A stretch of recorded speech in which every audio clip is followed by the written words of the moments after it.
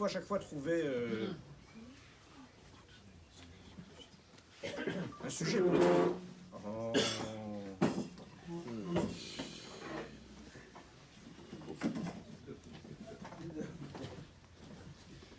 Il faut trouver un sujet pour expliquer l'événement, n'est-ce pas? Et alors c'est vrai que c'est pas compliqué de trouver sur Rabbi Shimon Bar Yochai des raisons pour lesquelles on doit célébrer la date de son décès. Mais ce qui est surprenant, c'est que Rabbi Shimon Bar Yochai avait aussi des maîtres qui étaient certainement plus illustres que lui, pour lesquels je ne sais même pas si on connaît leur date de naissance ou leur date de décès. Je pense ne serait-ce que Rabbi Akiva.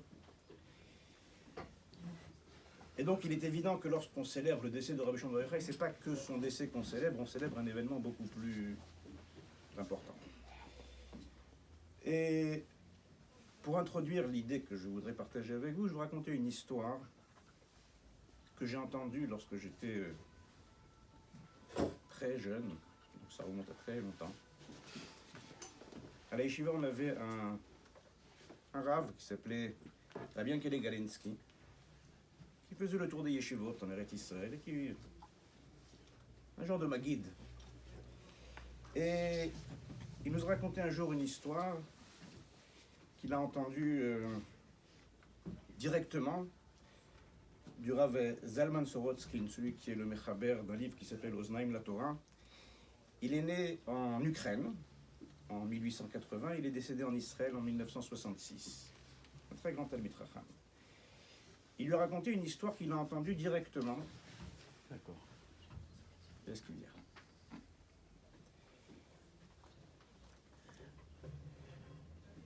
Du Rav Gordin, qui était le Rosh Yeshiva de la Yeshiva de Telz, en Lituanie. Et c'était lui qui a vécu cette histoire, il lui a raconté. Donc il a raconté à Rav Sorotskin, qui l'a raconté à Rav Galinsky, qui nous l'a raconté à nous. Et moi je vous le raconte. Certaine fiabilité quand même dans la... Ah bah, c'est une bonne soirée. Voilà. Et donc, le Rav Gordon, qui était donc le Rosh Yeshiva de Telz.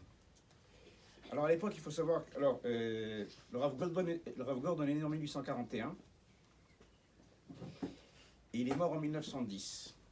C'était la grande époque de la Haskalah. Et cette époque était une époque qui menaçait profondément les bases du judaïsme européen, parce qu'il y avait toutes sortes de ismes qui naissaient, du communisme jusqu'au sionisme, en passant par tous les ismes que l'on puisse imaginer, et qui étaient assez séduisants pour la jeunesse juive aussi de l'époque. Et il fallait absolument trouver, c'était la grande préoccupation des rabbanim à l'époque, comment essayer de trouver une monnaie d'échange pour séduire la jeunesse de cette époque. Et donc, le Rosh Yeshiva de Telz voulait donner à sa yeshiva une dimension très importante pour qu'elle puisse répondre à ces exigences intellectuelles qu'avaient les jeunes de cette époque.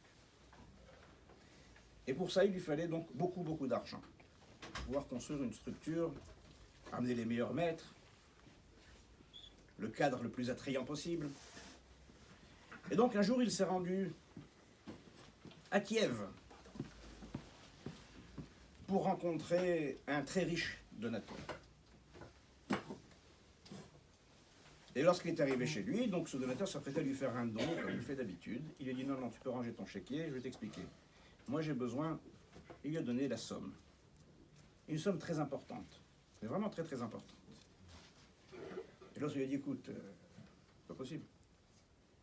Je ne pourrais pas te donner une somme pareille, je te fais un don important, plus que ce que j'ai prévu, mais pas cette somme-là, c'est impossible. Il lui a dit, écoute, je t'explique, moi j'ai besoin de cette somme-là. Moi, que ça m'intéresse pas. Et si je suis venu jusqu'ici, jusqu'à Kiev pour te rencontrer, c'est pas stam pour un don. J'aurais pu envoyer n'importe qui, tu aurais pu envoyer par la poste. Et donc, il essaye de le convaincre qu'il faut absolument qu'il y fasse ce don-là. Alors, cet homme d'affaires, il lui dit, écoutez, Kodara, vous êtes un très grand Talmid Chacham. Toute votre vie consiste à essayer de comprendre les différents avis qui s'opposent. Pourquoi un tel il dit comme ça? Et pourquoi un tel il dit comme ça? Je ne vais pas te faire le travail, fais-moi toi le travail. explique-moi pourquoi moi, je refuse, j'ai du mal à te donner. D'accord? Je veux que tu me l'expliques. Et tu vas m'expliquer aussi pourquoi toi, tu insistes. Et peut-être qu'en expliquant les deux avis, tu vas peut-être me comprendre. Il lui a dit, aucun problème, je vais t'expliquer. Il lui a dit, toi, tu es un homme très riche. Tu as des forêts, tu as des usines, tu as du foncier. Et c'est vrai que la somme que je te demande exige de toi ce que tu vendes une usine, ou est-ce que tu vendes une forêt, ou que tu vendes un quartier qui t'appartient. Et c'est vrai que lorsque tu penses à ça, tu te dis, attends, il est fou celui-là. Et tu te rappelles tous les efforts que tu as fournis pour acheter cette forêt, tout ce que tu as mis en place pour la rendre rentable, ou tout ce que tu as fait pour acheter cette usine, tous les frais que tu as dû investir pour la rendre attractive. Et je pense aussi au parc immobilier que tu as dû acheter, les travaux que tu as dû faire pour pouvoir les louer. Et voilà, ce monsieur, il arrive, il te demande de te séparer de quelque chose que tu as acquis avec beaucoup, beaucoup de difficultés. Et je comprends ta position, qui fait que c'est pratiquement impossible pour toi de te libérer. Tu peux faire un don, mais de là jusqu'à vendre une partie de ton patrimoine, ça, tu n'es pas d'accord. Tu es content, il dit, oh, voilà. Baruch Hashem, on avance. Il dit, alors maintenant, explique-moi toi, au nom de quoi tu veux que je te donne quelque chose. Je te donne une somme aussi importante. Il dit, justement, je vais t'expliquer. Il y a dans la Torah une mitzvah qui s'appelle Maaser Behemot. Le maaser des animaux. Le maaser des animaux se fait ou sur les bovins, ou sur les ovins. Il n'y a pas d'autre. Les moutons et les... Comment ça s'appelle? Et les hein, comment ça s'appelle? Oui, les Francs. Les caprins. Non, les vaches, on a dit. Ah, Franck, voilà, il y a les moutons. Les caprins. Et les boucs, non, c'est pas les mêmes. Soit les agneaux, soit les veaux. Voilà, les veaux ou les agneaux. D'accord. Les caprins, c'est pas pareil. D'ailleurs, la me raconte que Rabbi Elazar ben Urkamus avait 120 000 veaux et agneaux qu'il naissaient chaque année. 120 000. Il est enfumé là-bas. Il faut lui ouvrir vite. Et c'est combien le maaser de 120 000 agneaux? 12 000. Bravo, vous avez compris. C'est très bien. 12 000 agneaux. Et il fallait amener les 12 000 agneaux à Yerushalayim, les faire en korban, distribuer la viande à tous les Haniyim. Ça, on fait du barbecue. Et comment est-ce qu'on devait faire le prélèvement du maaser des agneaux? On mettait tous les nouveau-nés dans un champ. Et on fermait tout le champ. Un enclos. Et on laissait une petite porte d'une toute petite taille, à travers laquelle pouvait passer un seul agneau à la fois. Et on les comptait. 1, 2, 3, 4, 5, 6 avec un bâton, 7, 8, 9. Et le 10e, une tache de peinture sur le 10e. Un Siri Kodesh. Et encore. 1, 2, 3, 4, 5. Imaginez-vous Rabbi Elazar ben Urkamus. Le jour où il devait compter ses 120 000 bovins.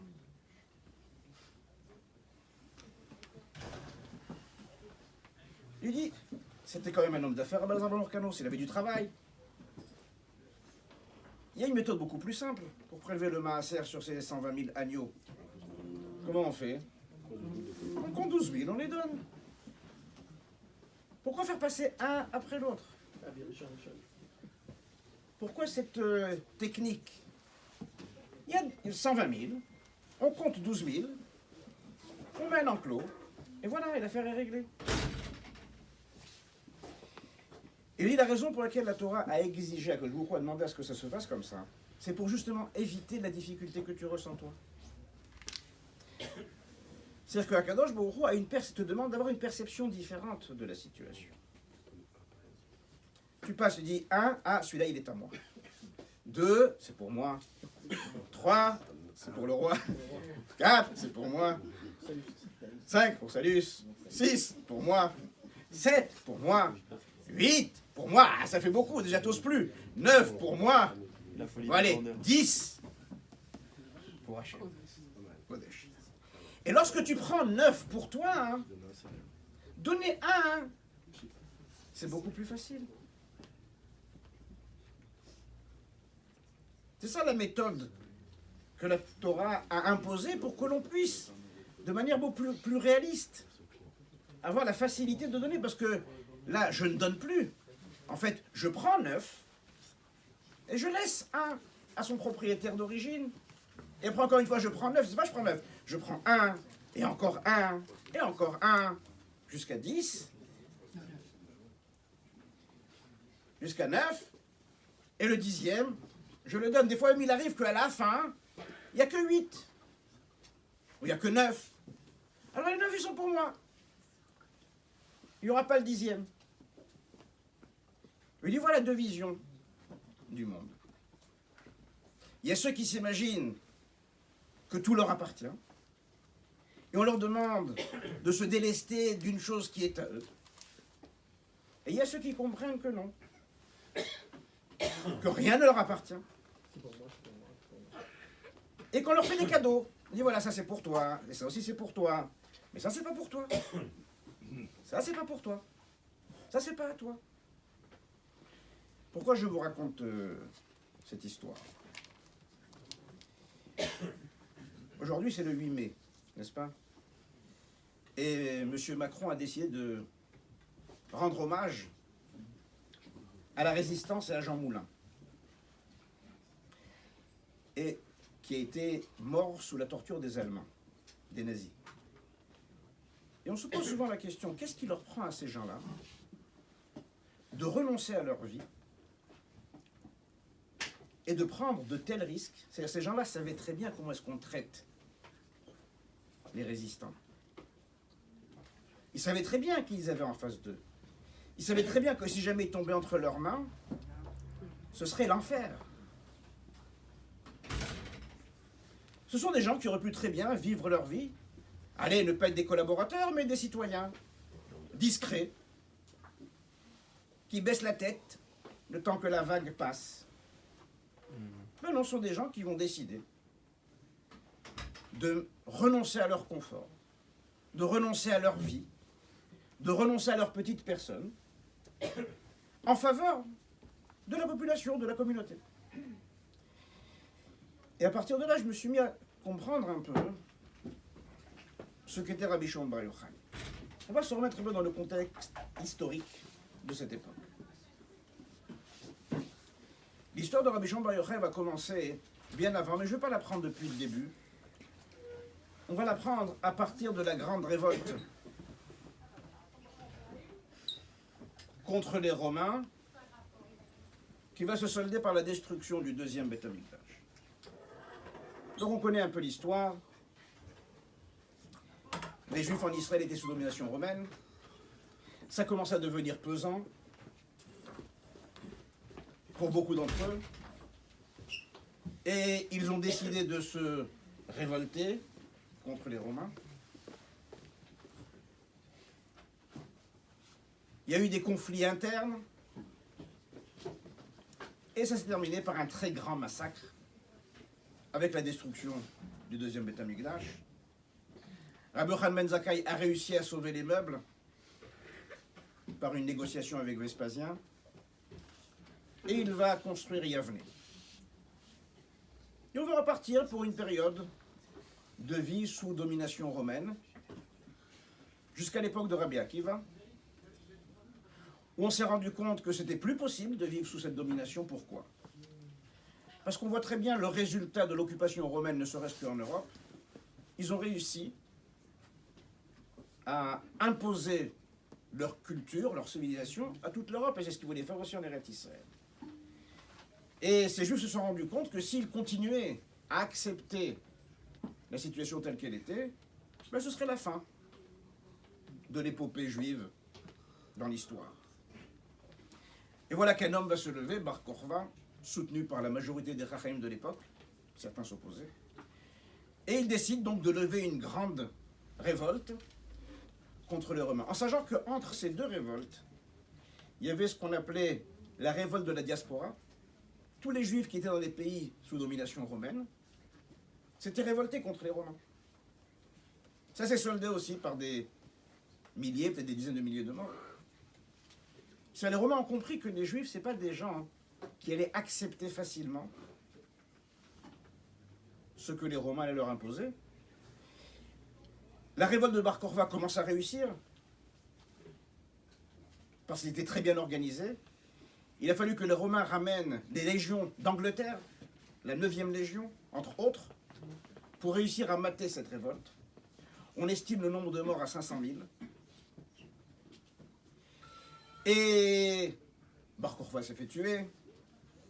La grande ville de Bétar, qui était celle qui résistait en dernier, a été détruite. Et à partir de là va commencer une période très sombre, où on va surveiller de très près tout ce que vont faire certaines personnes. Et l'histoire nous révèle, donc l'histoire, la fameuse histoire que la Gemara dans Shabbat Daf Lamed Gimel nous raconte à propos de Rabbi Shimon Bar Yochai, qui se retrouvait donc dans une discussion où on débattait sur la présence, l'intérêt de la présence des Romains en Eretz Israël. Il y avait ceux qui étaient favorables à la présence des Romains, et Rabbi Shimon Bar Yochai a, lui, exprimé son idée, qui était complètement contre la présence des Romains. Et lorsque les Romains ont appris qu'il y avait un agitateur, un résistant, ils ont mis sa tête à prix. Il a fallu que lui et son fils aillent se cacher dans la grotte, cette fameuse histoire que l'on connaît. Et la question qui se pose, alors je ne sais pas quelles étaient les motivations de Jean Moulin et ses amis, mais on peut se poser la question, ça nous concerne davantage, quelles sont les motivations de ces gens-là, de Rabbi Shimon Bar Yochai, Rabbi Akiva avant lui, Asar Harugei Malchut, tous ces gens qui ont mis leur vie en danger. C'est pas leur mouton qu'ils ont donné, c'est pas le 10e mouton qu'ils ont donné. Ils ont sacrifié leur confort, leur mode de vie, leur vie de famille, leurs femmes et leurs enfants. Ils ont mis en danger. Tout ça pourquoi? Parce que c'est des personnes qui avaient compris que 1, 2, 3, 4, 5, 6, 7, 8, 9, c'est à moi. On me le donne. On me l'a donné.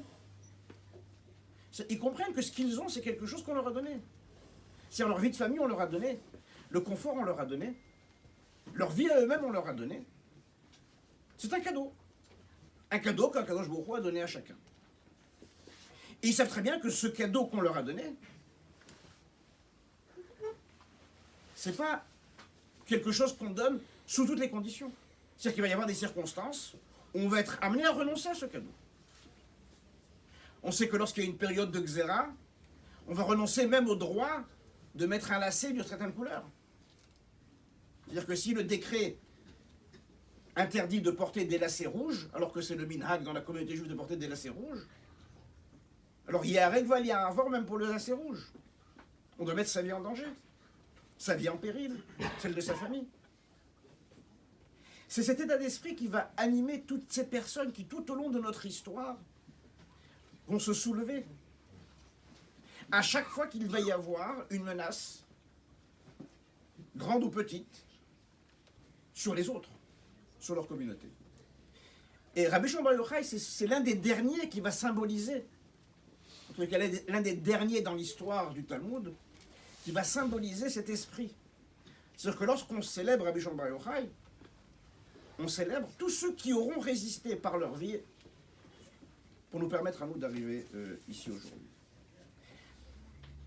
Et ça, c'est quelque chose qui a tendance un peu à se perdre. Il y a eu des années où il y avait en France des mouvements de jeunesse. C'est pas que je considère que c'est quelque chose de très bien, les mouvements de jeunesse, surtout certains. Mais il y avait un esprit communautaire. Un esprit qui, dans la tête des gens, leur disait qu'il était normal de renoncer à sa petite vie, de renoncer à son petit confort, de faire des sacrifices, mais des vrais sacrifices, pour sauver une idée, pour sauver une personne, pour sauver sa communauté, et pas les sauver de la mort. Ce n'est pas ça la question. Pour apporter un confort. C'est-à-dire que nous, lorsqu'on est arrivé sur Terre, on a trouvé toutes des infrastructures communautaires, par exemple, des écoles, des synagogues, des Beit Midrash, des mikvaot, etc. C'est venu d'où? Parce qu'il y a eu des gens qui se sont sacrifiés pour ça. Il y a qui ont donné de leur temps, il y a de leur argent, il y a de leurs compétences, il y a de leurs relations.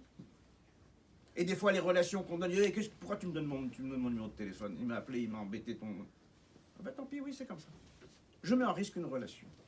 Je mets en risque certaines choses de ma vie. Et c'est que comme ça que ça peut avancer. De mettre son confort en péril. C'est pas que je donne de mon temps, alors c'est valable aussi pour le temps qu'on investit pour l'étude. Enfin, il y a des personnes qui étudient, mais bon, ils veillent soigneusement à ce que le temps d'étude n'empiète pas sur leur vie de tous les jours.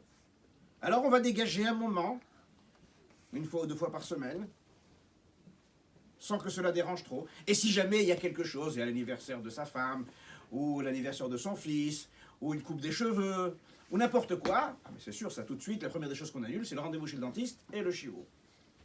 Dans le désordre. C'est-à-dire que ce côté sacrificiel qui pousse à un engagement qui peut mettre en péril quelque chose, ça devient beaucoup plus rare. Or, cet aspect-là de l'engagement est vital. Et pas que nécessaire, c'est-à-dire que le résultat est proportionnel à ce genre d'engagement. Lorsqu'on parle d'études de Torah, on n'a jamais parlé du mot d'études de Torah. Avant Torah, il y a toujours le mot amal. Vous amélim ba Torah, c'est-à-dire que si l'étude de la Torah ne suscite pas un amal, un effort, je ne dis pas qu'elle n'a pas de valeur, mais en tous les cas, la valeur qu'elle a est proportionnelle à l'investissement. Et c'est valable partout.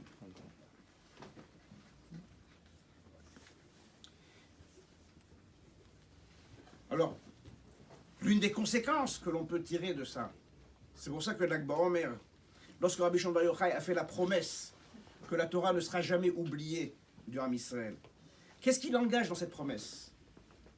Comment est-ce qu'il peut faire une promesse pareille sur des milliers d'années? Parce qu'il considérait que des gens comme lui allaient continuer à parsemer l'histoire. Parce qu'il va y avoir dans l'histoire des gens qui seront prêts à renoncer à leur confort pour consacrer du temps à l'étude, à renoncer à leur confort pour financer des personnes pour qu'ils puissent étudier. Cet esprit de sacrifice qu'il va nous transmettre en héritage va permettre de soutenir et d'accompagner sa promesse. Alors je ne vais pas réduire tout ce que j'ai dit pour l'appel pour le collège, ce serait vraiment ridicule. Parce que on va être amené à collecter 20 000 euros, mais honnêtement, on n'a pas besoin de faire de grands sacrifices pour arriver à ça. Je parle de manière beaucoup plus générale, beaucoup plus globale. Sur la vie de tous les jours, notre manière de nous investir, notre manière de se consacrer à quelque chose. Voilà un peu l'une des choses que l'on doit retenir du message de Rabbi Shimon Bar Yochai. Et c'est en ça que cette soirée est importante, qu'on interrompe le deuil sur la mort des 24 000 de Rabbi Akiva. Parce qu'en effet, cet état d'esprit peut donner le change à ce que l'on a perdu avec la mort des 24 000 de Rabbi Akiva. Mais c'est pour ça qu'on peut interrompre le deuil. Parce que dans cette idée-là, on peut remplacer les 24 000 de Rabbi Akiva. Et on peut continuer à faire progresser tout le reste. C'est-à-dire que notre investissement, c'est pas que pour nous. On peut très bien dire que nous, on peut s'accommoder de certaines choses, mais il n'y a pas que nous. Il y a d'autres personnes devant nous, après nous, et ainsi de suite. Donc voilà comment est-ce que un Ben Israël doit vivre sa vie. Un Ben Israël, c'est un résistant en permanence. Et ça a toujours été comme ça. C'est-à-dire qu'on n'a pu avancer que parce qu'on a résisté, parce qu'on s'est investi, parce qu'on s'est sacrifié. Alors ceux qui ont l'image de Rabbi Shimon Bar Yochai comme un paisible rabbin assis dans une grotte, en train d'écrire d'obscurs textes du Zohar, d'écrire ou de penser. Oui, c'est une façon de le considérer. On peut célébrer ça aussi. Mais ce qu'on doit surtout célébrer, c'est ce personnage-là, qui n'a pas peur de dire des choses, parce qu'il sait que s'il ne les dit pas, sa génération est menacée, les générations à venir sont menacées, et il sait très bien, il dit à son fils, il ne faut pas qu'on reste, parce que les bus sont cachés dans un Beth Midrash, et sa femme leur a amené à manger. Et un jour, il dit à son fils, il va falloir qu'on s'en aille, parce que les femmes sont fragiles, et ils peuvent la torturer Et elle peut facilement dire, elle peut ne pas résister à la torture et dire où on est. C'est-à-dire qu'il est conscient des conséquences de son acte. Et il va se cacher dans une grotte. C'est-à-dire le lendemain, lorsque sa femme vient pour lui amener le repas au Beth Midrash, il n'est plus là. Ça n'a pas été lui dire je vais aller me cacher dans une grotte. C'est un mode de vie. Et c'est ça qu'il faut retenir, surtout. En fait, c'est surtout ça qu'on peut comprendre. De là, après, comprendre ce qu'il a écrit, le Zohar, etc., c'est une autre paire de manches. Mais cet état d'esprit, cet aspect-là, cette manière de penser de Rabbi Shimon Bar Yochai, c'est quelque chose qu'on peut comprendre et qu'on peut mettre en application. Voilà. Je vous remercie pour votre attention. Et nous allons faire comme d'habitude sur WhatsApp, mettre un mot pour que vous puissiez répondre. Ceux qui ne veulent pas répondre sur le groupe directement, ils peuvent répondre à moi ou à Franck. Hein. L'année dernière, ça a été très vite, on n'a même pas eu le temps de vendre une seule bougie. On a atteint notre objectif. Je n'ai rien contre le fait de ne pas réussir à vendre de bougies. On peut atteindre l'objectif tout de suite. Et bien sûr, comme d'habitude, lorsque j'irai en Eretz Israël, j'allumerai les bougies là-bas. Je l'ai fait l'année dernière, je le referai cette année. Ah oui, oui, voilà, il était avec moi, Yves. Il peut témoigner que j'ai allumé les bougies, c'est vrai. Très concentré. Voilà. Donc on le fera cette année aussi. Alors, voilà. On va faire Arvit.